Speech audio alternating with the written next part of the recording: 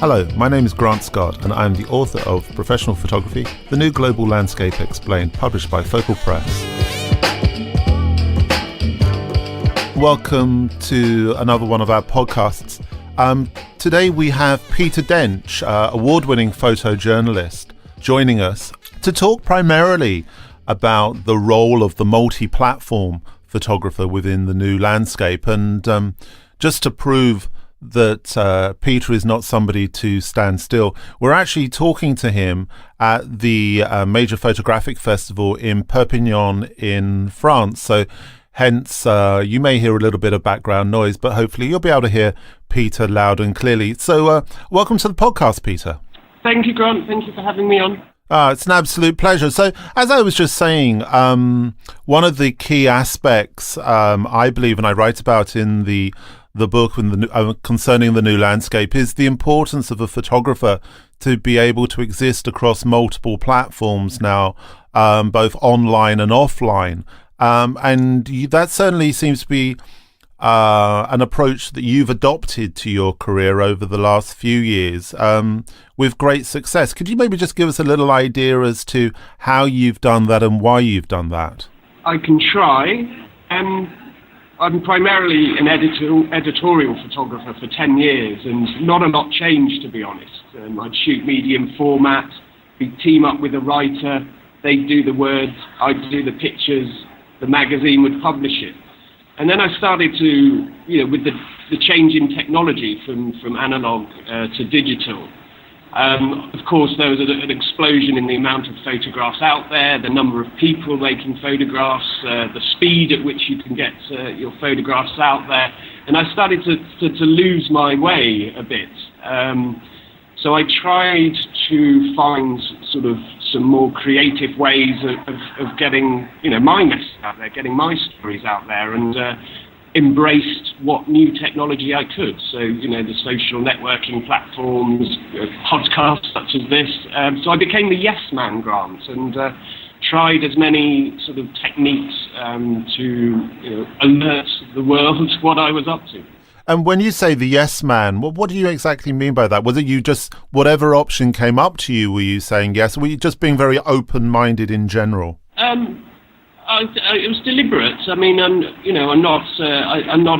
wasn't at the time a great public speaker, and photographers either have that skill or they have to work a bit at it and sort of completely shy away from it. So for years I just said no to lectures, talks, requests for this, that, and the other, and I see now that I saw about a couple of years ago that this wasn't helpful. So it was so I started just to sort of deliberately try to collaborate with as many people as I could. So there's a real sense of community, I think, which is linking all of these elements within the new landscape. That sense of community, did you feel that as well? I think this is a really exciting time to be a photographer, a photojournalist, and I wish I'd done it earlier. I'm very enthused by collaborating, and I know that my skills set isn't complete, so I need to borrow skills from people that can deliver what I need. So if I'm shooting a video, I'll find a sound man and then an editor, and they might need me for a project they're working on. So it's very sort of reciprocal at the moment, and I think there's certainly a new openness within my sort of photographic community.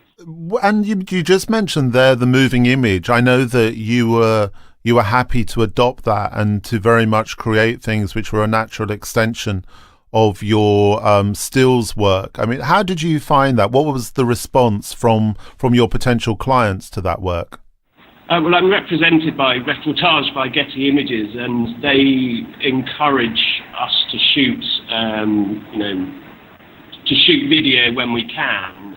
They've now got over 10,000 clips in their stock archive, and obviously that will increase tenfold as we all become a bit more accustomed to the habit of shooting, video in between the stills that we're doing on assignment. So it's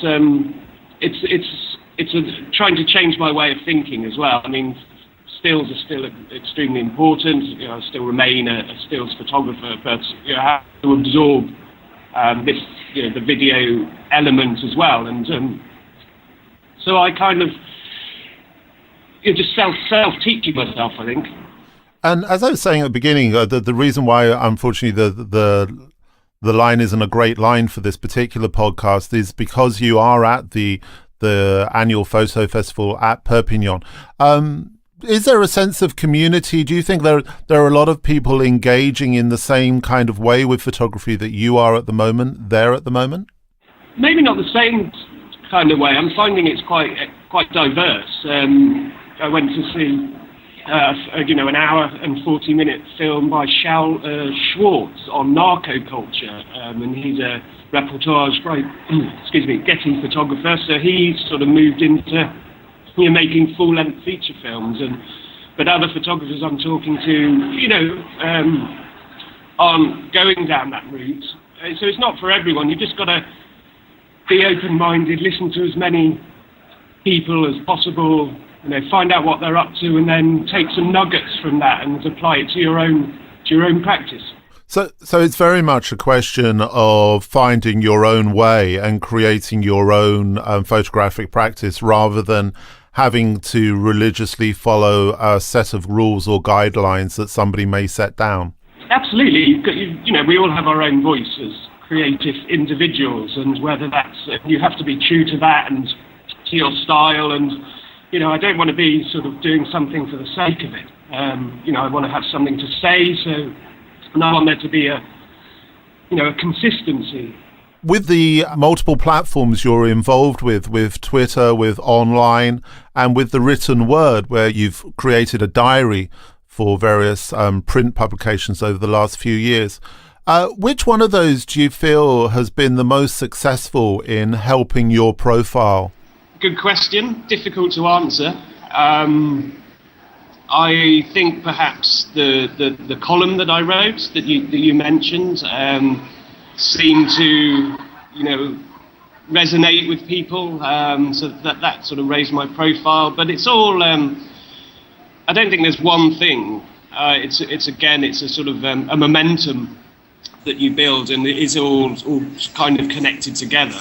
But I think the column sort of touched people, and because the idea of it was to not write about technical things in photography, or not so much write about the successes, but those quiet moments in between, and the moments between the highs, and what we have to do as photographers to keep staying and keep moving forward, keep our momentum going. So, and when it was collected and published recently, and I think I was reasonably proud of that, but now it's time to explore something else and produce something else. So it does seem to be that a passion for photography has always been the key driver behind your photographic practice, but that the openness that you adopted a few years ago has really helped you kind of redefine yourself as a photographer. I think so. Yeah, I think that's fair to say. Even though the work has been consistent, so that hasn't changed. But I'm not sure. Grant.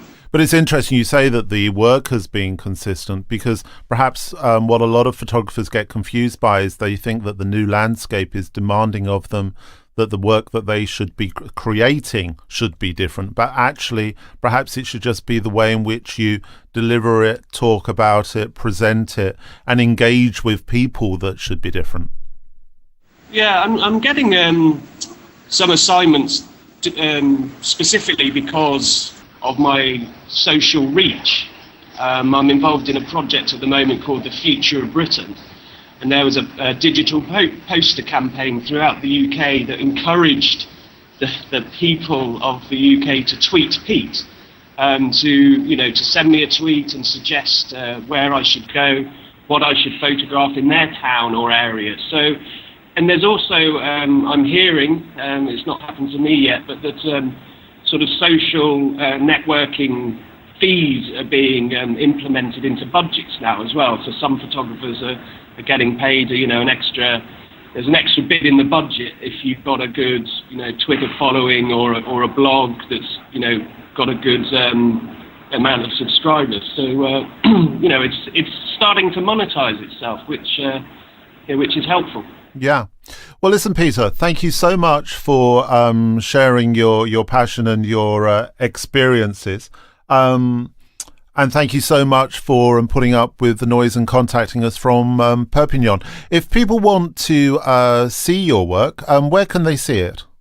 They can follow me on Twitter at Peter Dench. Website is peterdench.com or reportagebygettyimages.com. And of course, Peter's work features in the book, and I also talk about Peter's approach to his projects and his experiences over the last few years. Thank you very much for sharing the time with us, Peter, and good luck with everything that you're currently working on. Thanks, Grant.